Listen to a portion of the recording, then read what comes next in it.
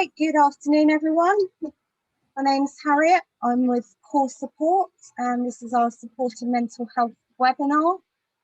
It is a 1-hour webinar. If you have any questions that you'd like to put to our guest speaker today, just pop them in the chat. We will try and get through as many of your questions today as possible. Any questions that we don't get through will get forwarded on and you will receive an answer. I do have to warn you that we are recording this webinar for any people that weren't able to attend. It will be put on our website. So if you don't want your lovely faces appearing on our website, then just put your video off. I will hand over. We are delighted to be joined today by the founder of ManGang and a true inspiration, and that is Andy Bishop. So without further ado, I will hand over to him to lead our webinar today. So I will hand over to Andy. Thank you very much, Harriet, and thank you for coming along to take part in this webinar. I don't know if you saw on the screen there, there was a bit of an agenda going on about coming back into work following all the lockdowns and bits and pieces, and then concentrating on mental health in the construction industry in general. Because the numbers are down a little bit, I think we'll go down a different kind of tack and we'll just talk about mental health in the workplace in general. So before we start, just to give you a little bit of an idea of why I've been asked here to be the guest speaker this afternoon. As Harriet said, as you can see from my background there, I'm the founder of an organisation called ManGang. So ManGang is a men's peer support group, and I've got a short video here that I can show you just to explain what we do.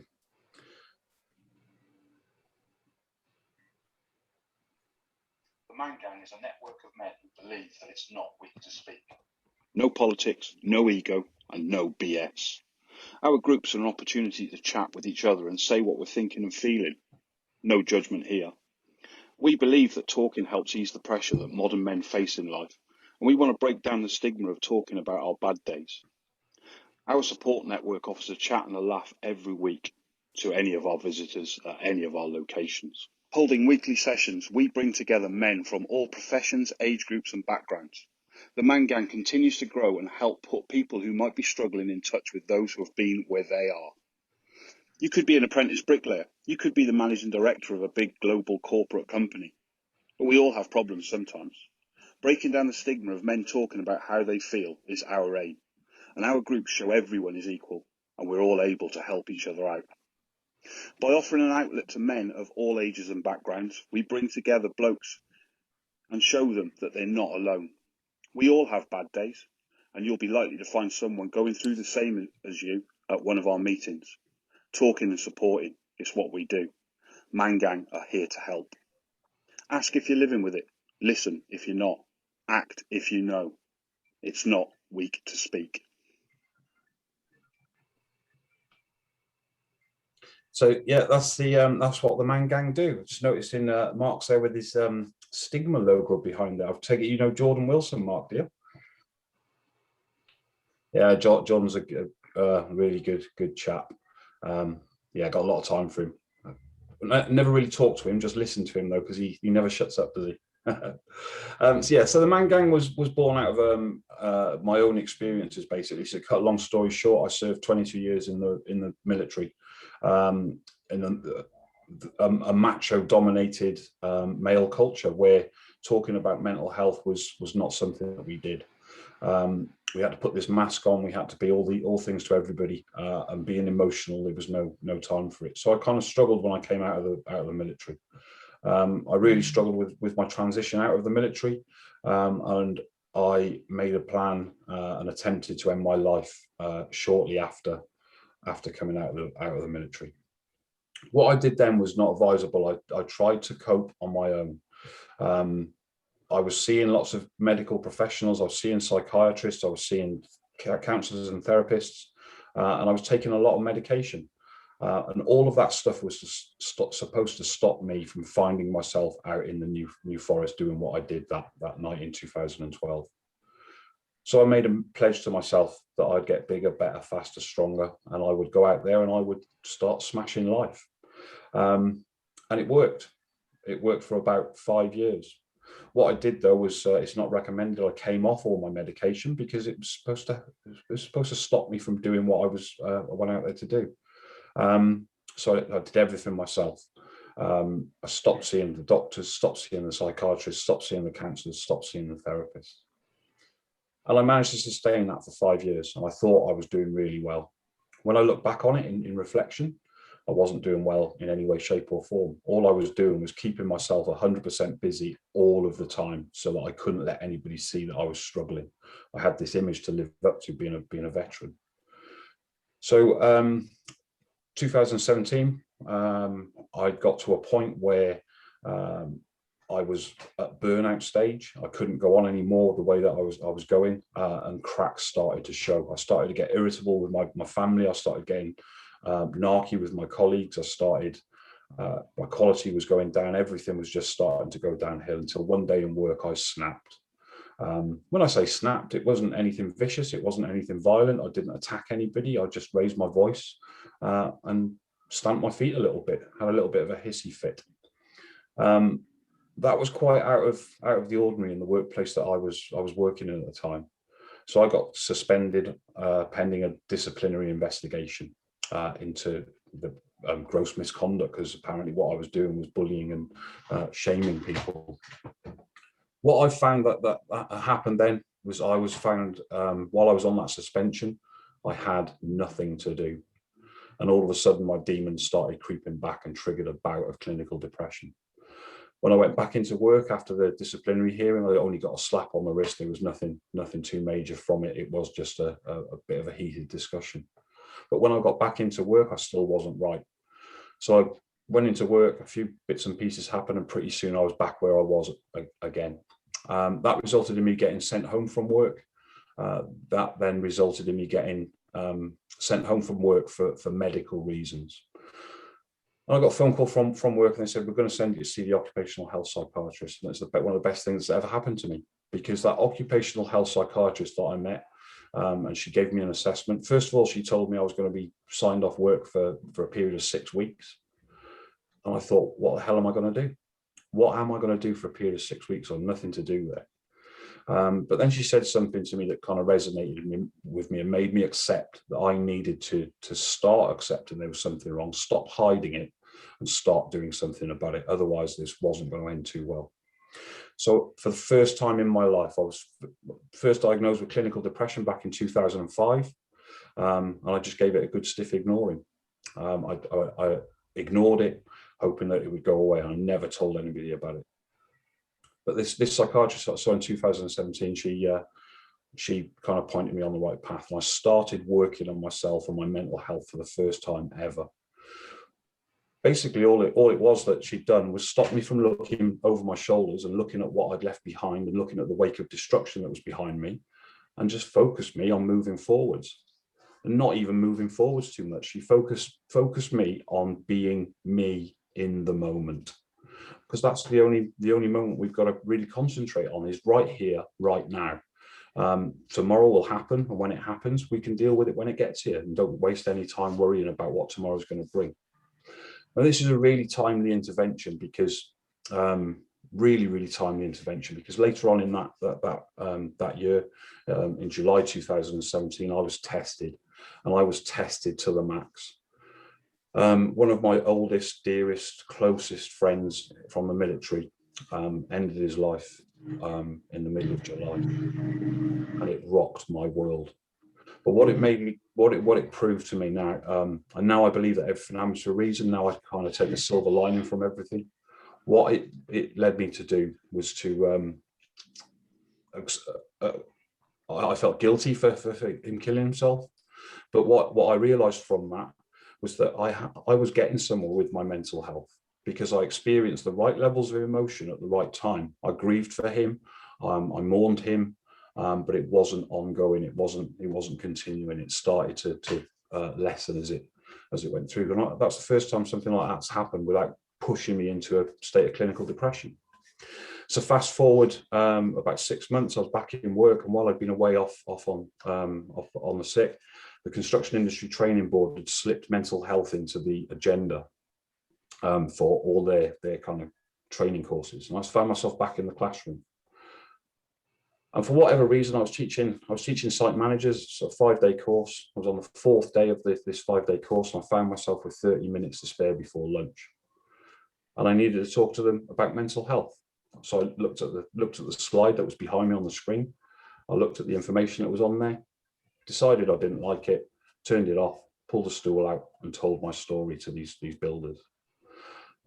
20 construction site managers been in the industry. There's a whole plethora of experience in there, whole plethora of characters in there.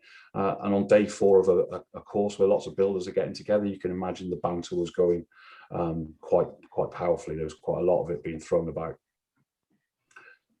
I remember thinking as I started relaying my story, I remember thinking as the tears were rolling down my cheek as I was talking about the emotion of losing my mate to suicide. I remember thinking, what are you doing here? You're about to lose all the respect you've gained over the last 4 days. You're going to get ridiculed. They're going to throw things at you. They're going to chase you out of this classroom, and there's no coming back from this. And I was that worried about it that I positioned myself by the door of the classroom, ready to make a swift escape. And my plan was to run upstairs, go into the staff smoking area, and just hide from all the delegates for the next for the period of lunch. I didn't get lunch that day. I didn't get an afternoon tea break that day. I stayed in work until about 6 o'clock that evening, because every single one of the blokes that were in that classroom had something to say to me about what I told them. What I'd done, and what I totally inadvertently hadn't planned on doing, I basically held up a mirror to these guys in this classroom and said, it's okay to not be okay. And I told them basically that it's not weak to speak. And the culmination of that, and the way the ManGang came into being, again, everything happens for a reason. I'm based here in Southampton. I support Southampton Football Club.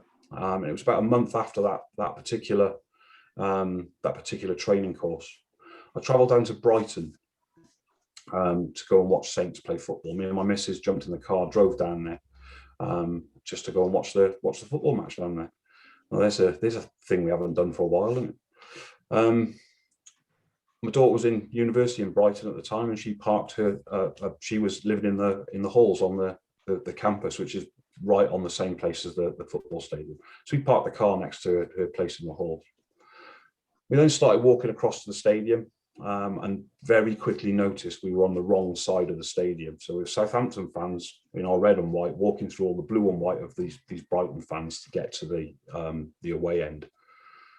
Whilst I was walking along, and I don't know if you could tell from the screen, I'm quite a big fella. I've got tattoos where I shouldn't have tattoos. I'm quite a burly chap. I used to play rugby all my adult life. I kind of carry my weight quite well. I saw this fella lumbering towards me, and I could see he was making a beeline for me. And I looked at my missus, and she'd spotted it as well. And I thought, do you know what? I'm a Saints fan in this Brighton crowd. I'm about to get a crack on the jaw. But as he got closer, I noticed that he wasn't angry. He was happy. He had the biggest grin on his face I've ever seen on anybody. And when he got right in front of me, he threw his arms around me and he hugged me. And then I realized where I knew him from. And as he let me go, he whispered in my ear, he said, thank you. He was one of the blokes that was on that course that day. And I said, mate, you're looking amazing. I said, thanks for the hug. That's a hell of a greeting. I wasn't expecting that. So what are you thanking me for, mate? And he said, I'm thanking you because if you hadn't have opened up on that day on that course and told your story the way that you did, he said, I wouldn't have spoken to my wife. I wouldn't have spoken to my doctor. I wouldn't have spoken to my employer, and I would not be here now. And that really kind of resonated with me. I was like, have I just stumbled on something here? I've just potentially stopped a man from killing himself just purely by sharing my story. And that's basically where the idea for the ManGang was born. So fast forward to 2019, I'd procrastinated for a couple of years. But what I'd done in the meantime, I started going out and I started speaking to people at every possible opportunity. I was working with Mental Health First Aid England. A lot of big construction companies were appointing me to come into sites to do toolbox talks, just with the aim of getting one man to talk, one man to realise. That's all I aim for every single time I go out, is to get one man to change his attitude and maybe ask for the help that he so rightly needs. So I used LinkedIn. I put a post on LinkedIn to say, has anybody started a men's mental health peer support group? Have they got any hints, tips or pointers? And I was overwhelmed by the responses that I got. It was probably one of my most popular posts on LinkedIn. I had hundreds, literally hundreds of private messages. Hundreds of private messages coming into me saying, you're not qualified. What gives you the right to do this? There's plenty of it out there. You're not a counsellor, you're not a doctor. Why are you doing all this? And basically negative stuff.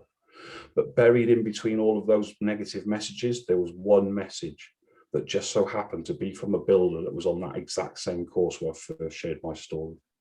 And in that message, there were 3 little words: I need help. So I messaged him back. I looked at my missus. I said, can I use your coffee shop in Romsey tomorrow? So we've got a coffee shop in Romsey, Cafe Fresh. If you pop yourself in there, if you're ever in the Southampton area, pop into Cafe Fresh in Romsey. Tell them you know me, and they'll charge you 10% extra. So there's a little Brucey bonus for you. So I said, can I use the coffee shop tomorrow? She's like, yeah, of course. What do you want it for? I said, I'm starting this men's group. She said, I thought you were doing that in January. I said, yeah, I was going to. I would need to start it tomorrow. So that was a Tuesday night. I launched the very first ManGang on the Wednesday night at 6:30. And since then, yeah, we've kept on going and kept on growing. So the first meeting, nobody turned up. I quickly kind of realised that the people did turn up, but they just couldn't take that first step over the door. So we changed our ways a little bit, advertised it a bit more on social media, and the next week 12 men walked through the door. Fast forward to lockdown. Just before lockdown, we'd opened our 3rd venue. We were getting about 30 guys at each of the venues, so in Southampton, Romsey and Eastleigh. So that's like 90 men a week walking through our doors that were struggling and needed a talk. Lockdown came along and we thought that was it. Thought that was going to be the end of ManGang. So we quickly adapted and we moved on to the Zoom platform. So the Zoom platform turned out to be our saviour. We started at the height of the lockdowns. We were meeting every other day on Zoom. It was giving us something to do. It was giving us focus. It was giving us plenty of support and encouragement. It was giving the guys hope, which is what's all important. So Zoom meetings then, yeah, we still run the Zoom meetings. We're back in the face-to-face meetings. We've recently opened another new venue in Eastleigh and a new venue in Winchester. So we've now got 4 venues and another 3 on the cards to be opened up very soon. And we're still running the Zoom meeting. So tonight there'll be 4 meetings going on face-to-face, and there'll be a Zoom meeting as well. We don't do anything though. People often say thank you for what you're doing. People often say to me, thank you for helping my husband, my employee, whoever. They say thank you to me for doing it. But all I do is provide a safe space where men can talk freely with no judgment. And that brings us on then to the world of work. A lot of these guys come into these meetings, and there are things troubling them. All kinds of things that are troubling them. One of the prevalent things that we always see is work. Work is a place where men go and they're expected to be something, especially in the construction industry. The construction industry and the military are very, very kind of closely aligned in that they're male-dominated macho cultures. The banter in both industries can be ruthless and relentless, and that can really affect people. So it's our kind of mission to work with construction companies in particular, because I'm not sure if you know about the suicide rates within the UK at the moment. The suicide rates on the last set of statistics say that 94 men a week, every single week in the UK alone, end their own lives. And in the construction industry, that equates to 2 builders every single day. So 2 people from our industry make that decision to end their own lives. And the only reason I can think of is because of the stigma, because on the construction site, we are under so much pressure to get this job done, to get the quality out there, to get the program back on track after a bit of bad weather. We might be paying the subcontractors on price work. We might kick them off site. all this stuff, the health and safety comes into it, and you can't do this, you can't do that, and all of a sudden they've got nowhere left to turn but to make a permanent solution to a temporary problem. And it's really pleasing to see in the construction industry recently that real inroads are being made in the field of mental health. There's Build UK have really jumped all over mental health, and if you've tendered for any work with any of the big companies, like Kia, for example, the Bam Nuttall, the Morgan Sindals, the big kind of construction companies, chances are on the tender documentation or the pre-qualification, they'll ask you, what are you doing about mental health for your workforce? And this is another thing that I think we're kind of getting wrong. We're starting to do the right things, but we're not kind of getting there just yet. A lot of companies will say, oh yes, we embrace mental health, we embrace support, we've trained up 2 whole mental health first aiders. Now, if we apply that same logic to having mental health first aiders on our sites, to physical first aid, we wouldn't bother putting guardrails on scaffolds. We wouldn't bother guarding dangerous machinery because we've got a physical first aid kit and a first aider there. So why bother with all the prevention measures? And this is where we've really got to kind of start looking at. A lot of people, when I talk to businesses, I talk to directors, I talk to boards of directors, and have lots of meetings about the costs involved in it. And the cost does put it off. So to train a mental health first aider will cost you £300. To train a mental health first aid instructor will cost you somewhere in the region of about £3,500. To allow the people the time off work to go and do it, that's another effect that it's going to have on your bottom line. But Deloitte, the big finance house, did a study into thriving at work a couple of years ago, and they came out with a really great statistic. Now, if you were offered an investment and you had a guaranteed 8-to-1 return for every single pound note you invested, how much would you put into it? I wager it'd probably be as much as you could afford. You'd put into that investment as much as you could afford. So this study by Deloitte revealed that for every single pound note you invest into well-being of your staff, you will reap an 8-fold return. So how do those returns happen then? Those returns happen. If you remember when I was talking about my stressful kind of incidents, if you remember I was talking about how I wasn't very productive, my quality was slipping, I wasn't really doing too much. When I went back to work and I was actually in a good place of mind, I was working my contracted hours, so the overtime's gone. I was happier, therefore my productivity was better, my quality was better, and guess what? My colleagues liked being around me. And that kind of works itself into the company. Lots of people will leave companies because of bad management. Lots of people will leave companies because of the way they get spoken to. Lots of people will leave companies because there's no flexibility in the way that they're working. Now, we've got a duty under the Health and Safety at Work Act to look after our employees' health and safety. For far too many years, we have concentrated just on safety, and that's evident in the statistics. The fatalities over the last 5 years for fatalities within the construction industry was around about 40 people, and it sticks around about that average, and it has done for quite some time now. So we've pretty much got safety sewn up. On the health side, though, it's not so great. Okay, it's not so. The figures aren't that good. I call health the silent health in health and safety because we generally do give it a good stiff ignoring. The differences as well, I think, is a lot of the stuff we expose our workforce to is obvious, and it's got a set of regulations to cover it. So, for example, the biggest occupational killer of people in the UK is exposure to asbestos, and there's around 4,500 to 5,000 people that die every year from historic exposure to asbestos. And there's a set of regulations to cover that. Just men in the UK. We're not even bringing the women into it. Just men in the UK, we're hitting those numbers in suicides. There's no regulations to cover that. But yeah, so that's not to say that women don't attempt suicide. Broadly speaking, the number of suicides attempted by women and men are exactly the same.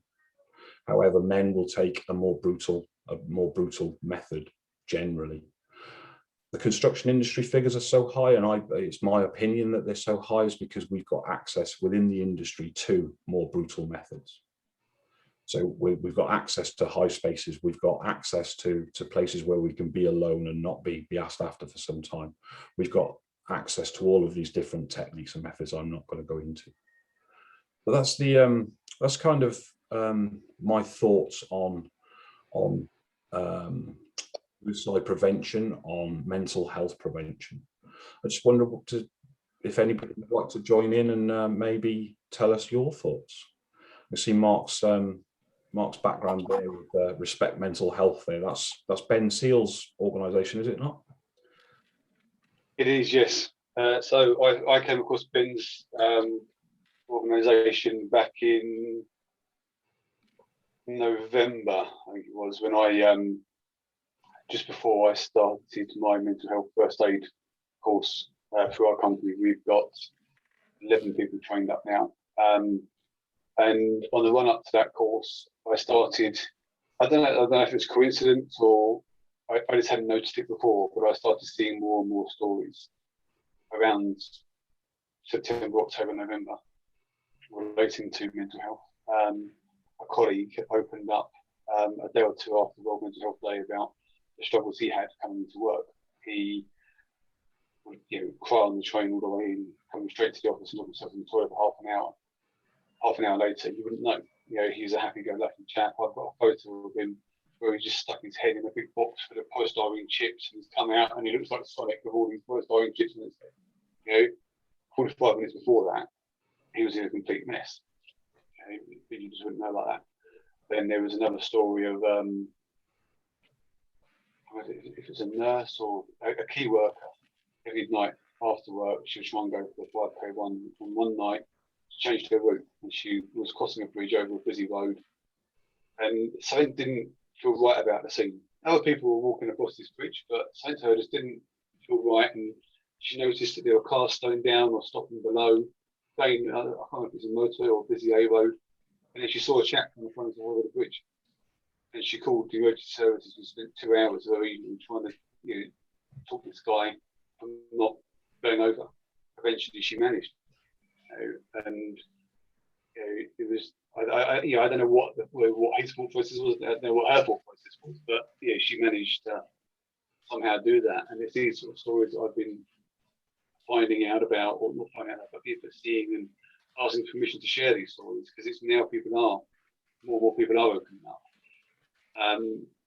Whether that's due to COVID or whether, I don't know, but my fear is that everyone's jumping on the mental health bandwagon because of COVID at the moment, and as soon as we start releasing restrictions and so forth, and you get the new normality or go back to what was normality or whatever you go back to, all of a sudden it's going to slowly slide off the agenda again because there's no more pandemic. There's no more pandemic.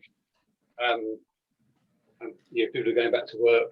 It's going to take time to get back to work in a normal environment, but at some point before you know it, people are going to be back to some form of normality, and all of a sudden it's not going to be there. So my concern is that people aren't going to continue talking about it, and it's great having a mental health awareness week and a World Mental Health Day, but it's more than 6 days of the year.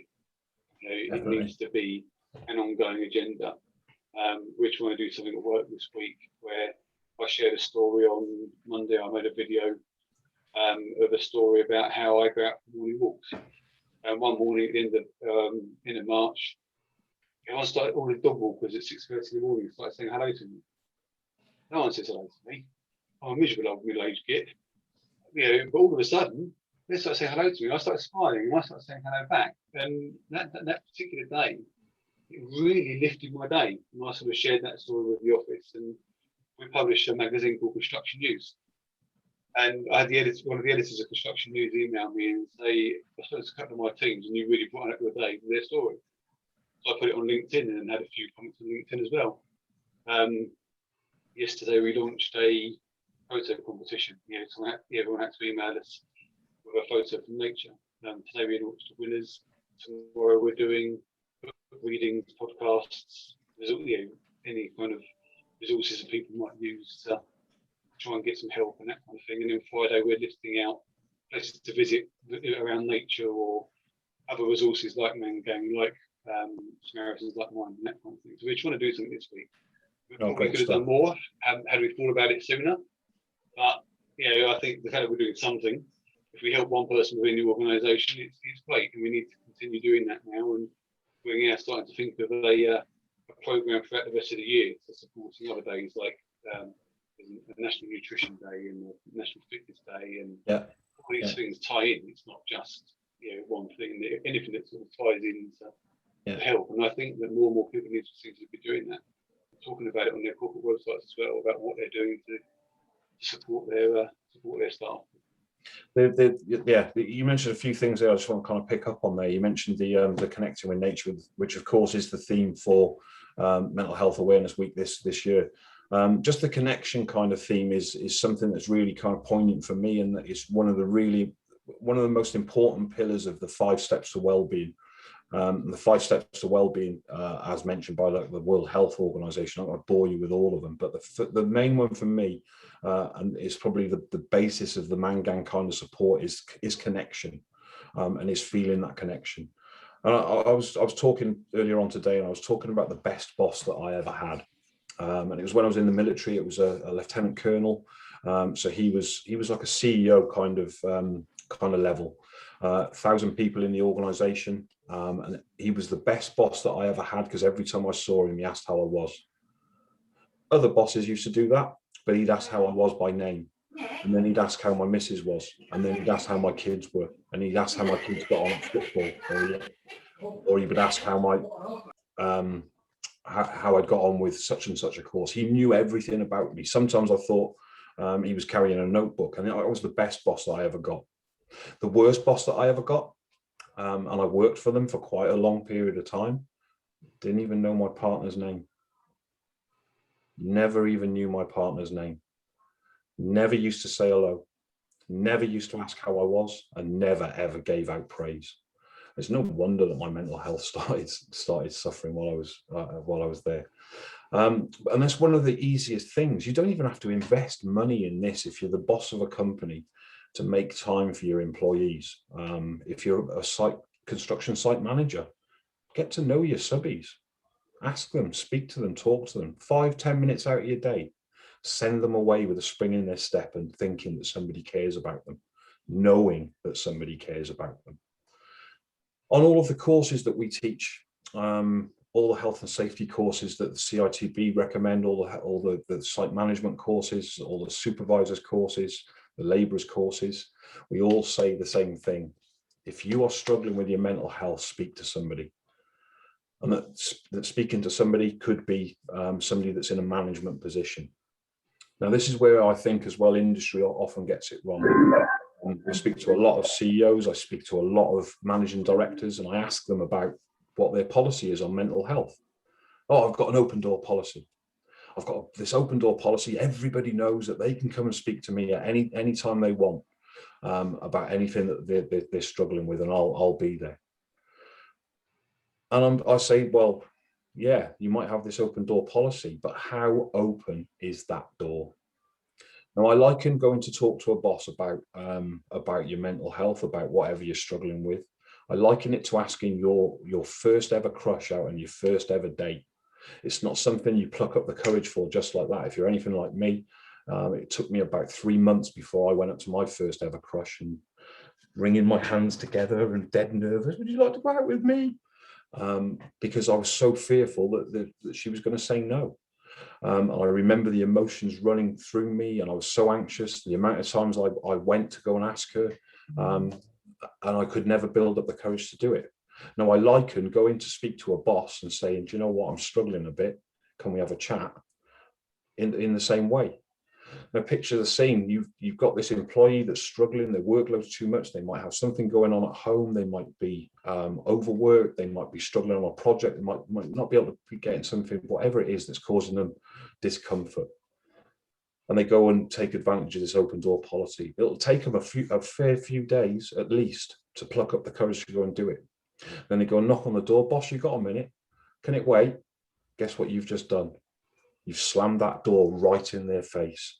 And you might as well have done that, because they're going to go back and sit at their desk. They're going to go back to their point of work, and they're going to go, they don't care about me. I thought they had an open door policy. So open door policies are great, but they're not the best. If they are open, they've got to be open all the time. But in the world of business, they can't be. And this is where we need to empower everybody within the workforce to be a mental health champion.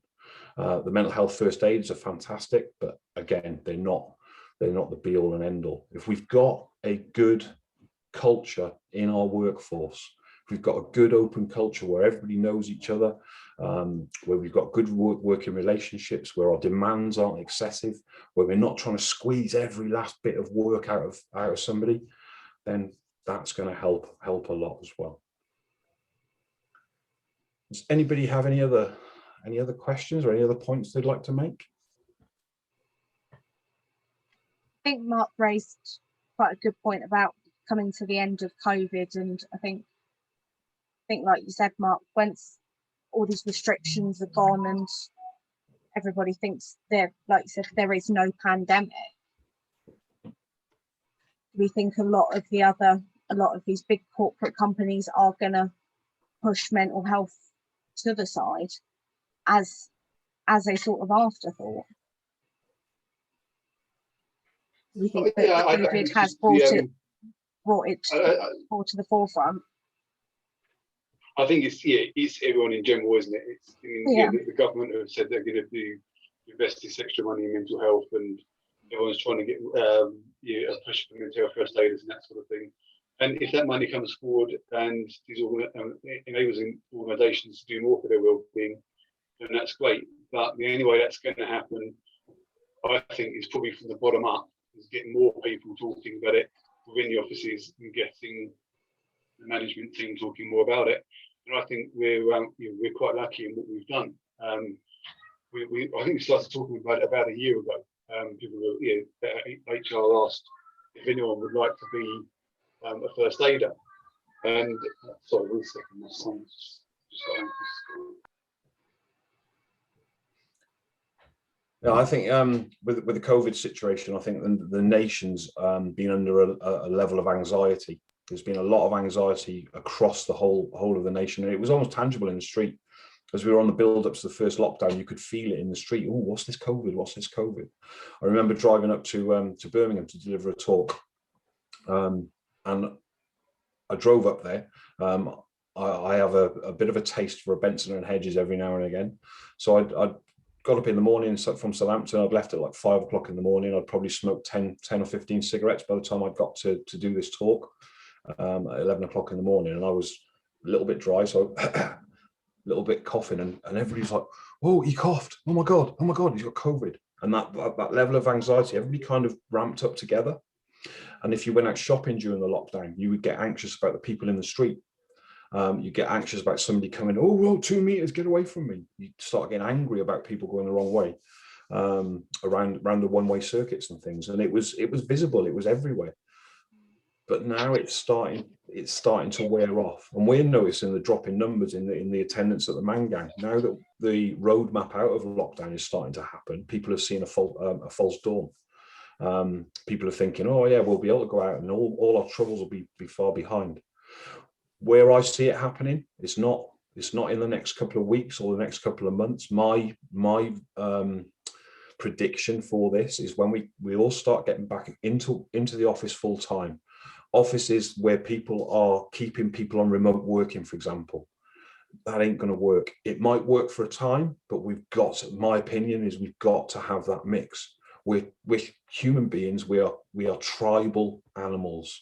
We need that connection. We need that interaction. And for all good these screens are doing, Eleanor, go on. I totally agree. I think there's something that obviously ManGang, I'm female, I've missed the boat there. But I think there's something that with the whole of COVID, the restrictions, lockdown and everything else I don't think that your numbers are going to drop, or they shouldn't drop. because the same way as women go through postnatal depression, they have a baby, all they want is to have a baby, and then they have a baby and then think, Jesus, what's going on with the world? You're going to have a similar impact on the whole country as we come out of lockdown and all the restrictions that we've had, of suddenly thinking, God, I can go to the pub, I can go out, I can see my friends, but this isn't what I was expecting. So there's going to be an extra, not an extra knock on, but there's an extra element that people aren't going to consider. And I think that's where guys like yourself, where we need to be focusing on everyone's mental health. And the more people are aware that there are organisations like yourself, groups that people can join without any of the stigma, without thinking, I shouldn't say anything because it's not the right thing to do. It's essential. Thank you very much for your kind words there. But yeah, I mean, the groups that we have, and I think one of the byproducts of the group, and it's one of the most amazing moments I've ever witnessed.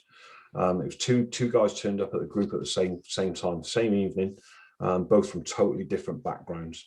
One's a security guard, one is a city bank associate. So way up there, we're talking like 5-6 figure salaries, and a security guard. And they were going around the room, they were chatting away, and the security guard started saying about all his problems, his issues, his concerns. And the chap, the banker, was sitting there, and he's looking at him, he's going, oh my God. And he's looking at him, he said, what did you say you do for a living? Well, I'm a security guard. Got round to the banker, and he starts pouring out his heart, and the security guard is looking at him, and he's going, but people like you don't get the same problems as people like me. And it was amazing. The pair of them started conversing, and the security guard said, I look at somebody like you, that's somebody that has none of the problems of the world. And the banker said, I look at people like you when I'm coming onto site or going in through the security thing, and I wish I had your job because you've got no worries in the world. He said, I'm now really, really sorry. He said, when I go back into work tomorrow, he said, we're going to make a change. I'm going to get to know all these people. And I was like, what an amazing moment. These two people that never ever meet, that never ever really move in the same kind of circles, have just opened up to each other, and the realization that they had that we are all flesh and blood with the same feelings, emotions, problems and concerns was just absolutely fantastic. So I agree with what Mark is saying about the bottom up kind of stuff, but I think equally it's got to start from the top down. If you've got a company that is only interested in bottom line and making and squeezing as much profit out of people, you're going to have high staff turnover, guaranteed. You're going to have high staff turnover. If you start investing and getting to know them, treating them as humans, treating them with respect, I love that. Ben's little thing on Mark's screen there, the respect mental health.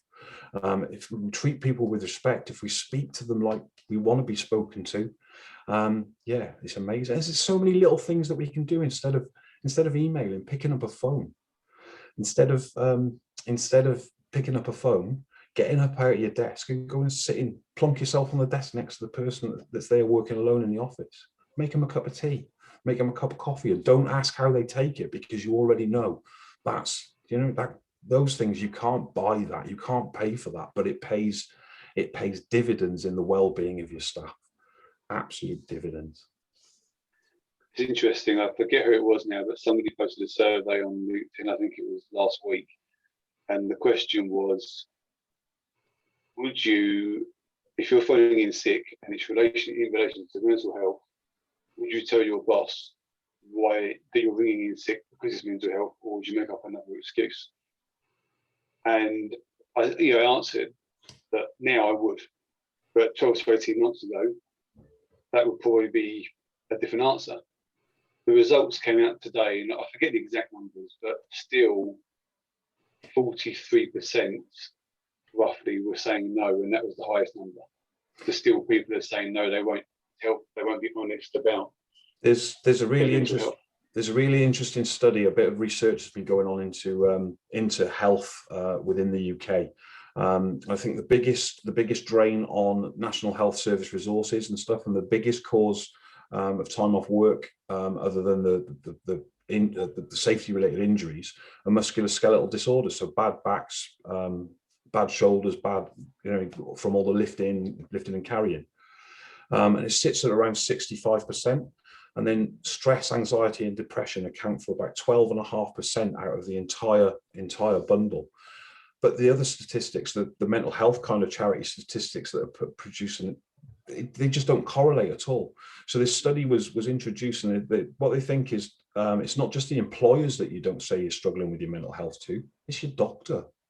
It's the doctor that you go in to see to get a couple of weeks off work. You say, oh yeah, I've got a bad back, can't sit up straight, can't do this. Yeah, 2 weeks off work, you're signed off. And then it gets reported to the health and safety executive that way. I mean, I find it incredible that we've got the statistics that we have in relation to suicide, in relation to mental ill health and mental health disorders and stress and stuff. Yet we don't have to report it to the HSE. Somebody breaks their wrist, we've got to let the HSE know. Oh yes, we've got to tell the HSE that somebody's broken their wrist and is not going to have any problems with that for the rest of their life. But dare us tell them something about stress, and that kind of really needs to change, in my opinion.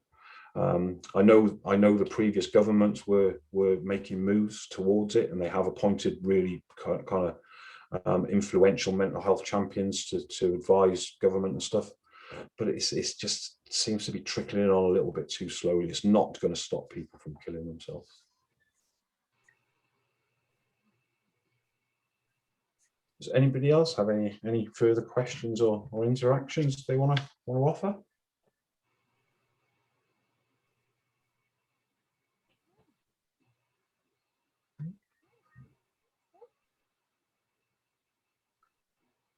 Harriet's looking all surprised in the headlights. I am quite surprised. I just let's say thank you for making the time, taking the time out of your afternoon to turn up. Thank you for engaging as well, and thank you for listening. If you want to know any more information about the ManGang, you can find me on LinkedIn, and Harriet's got all the contact details there. We're on all the social media platforms. So yeah, if you want to get in touch, come and get in touch. We'd love to hear from you. Excellent. Thank you, Tim. Thank you. Yes, thanks. Thank you very much, Thanks, Andy. Cheers, Jerry. Cheers, Andy. Thanks, mate.